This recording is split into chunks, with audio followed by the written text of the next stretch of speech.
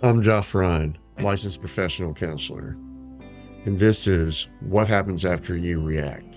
Control the mental loop and stop overthinking. The conversation is over. Nothing new has happened. No one said anything else. No new information arrived. But somehow, it feels worse. Not the same, not neutral, but worse. At first, it was just something you noticed. A comment, a tone, maybe even a look. It registered, but it didn't stop you. You kept moving. You stayed functional. You stayed composed. But later, when things got quiet, when you had space, when your mind had time, you went back to it. And that's when it changed.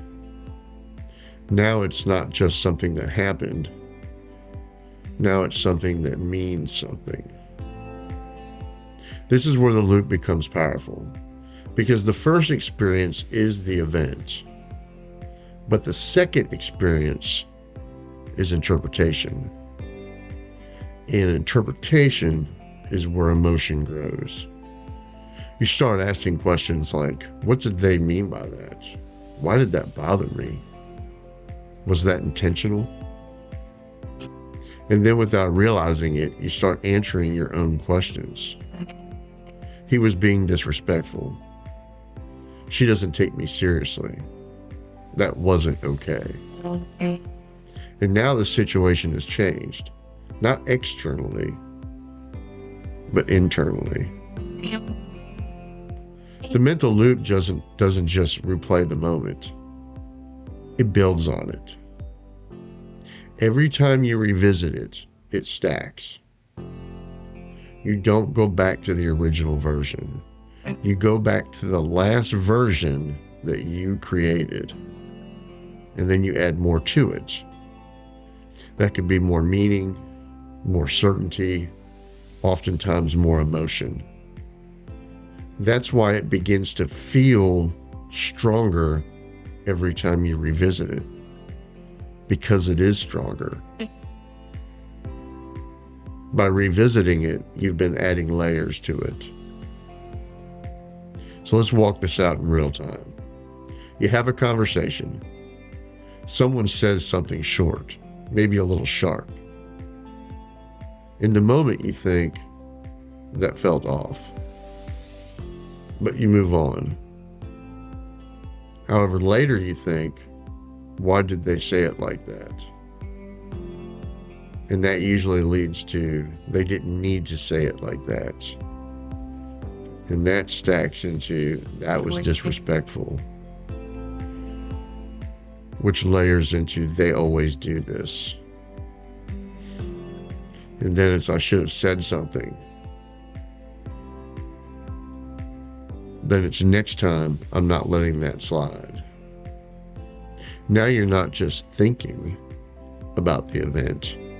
You're escalating emotionally. And again, nothing new outside of the original event has actually occurred. You just keep returning to it. This is the part most people miss. Thoughts compound, just like money, just like habits, just like behavior. The more time you spend in a thought, the more influence that thought has. And when that thought is tied to an emotion, that influence grows even faster. So the loop doesn't stay neutral. It begins to build momentum based on the emotional layering that's occurred by the continuous revisiting. Now here's something important. Your brain does not replay things neutrally. It prioritizes protection, which means your brain's looking for things in events that could represent threat, disrespect, mistakes, even risk. So when you revisit a moment, your brain isn't asking, what's the most accurate interpretation of the event? It's asking, what do I need to be aware of so this doesn't happen again? And that question pulls you toward negative meaning, not balanced meaning, not objective meaning, but protective meaning.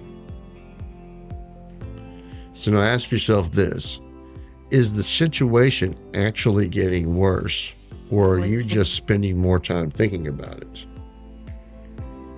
Because those are not the same thing. Time spent in the loop creates additional intensity, not accuracy. Most people trust the feeling. If it feels bigger, it must be bigger. But the truth is, it feels bigger because you've reinforced it. You've revisited it. You've added to it. You've expanded on the original event that took place. You've trained your brain to treat that expansion as it's important. The loop doesn't just keep the moment alive, it upgrades it. And if you stay in it long enough, you'll start reacting to the upgraded version, not the original event that took place. And this is where it becomes dangerous, because now your next interaction is influenced by a version of the situation that doesn't actually exist. You're responding to the added meaning that you layered.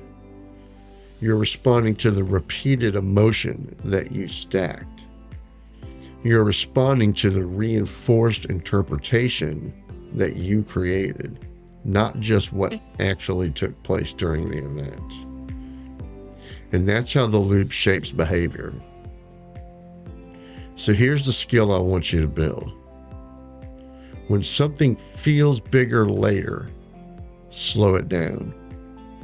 Ask two questions. First, did this actually grow, or did I spend more time thinking about it? And second, what part of this is real and what part have I added? Because those two things are not the same. And if you can separate those two things, you start reducing the intensity, not by ignoring it, but by seeing it with clarity. That clarity reduces the intensity of the emotion that has been stacked. The loop increases it. So if you want to actually train this skill, not just recognize it, go to pauseandrespond.com. That's where you'll find the book and workbooks designed to help you apply these in real situations. Because that's what this is about. It's about applying these skills in our daily lives. We can't be upset about the results we didn't get from the work we didn't do. Because this level of control doesn't come from more thinking. It comes from literally practicing our daily lives differently. This is episode 4 of What Happens When You React. Control the mental loop and stop overthinking.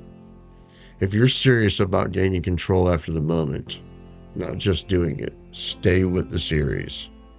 Because next, we break down the difference between shame and reflection, and why that distinction changes everything. Less reaction, more choice.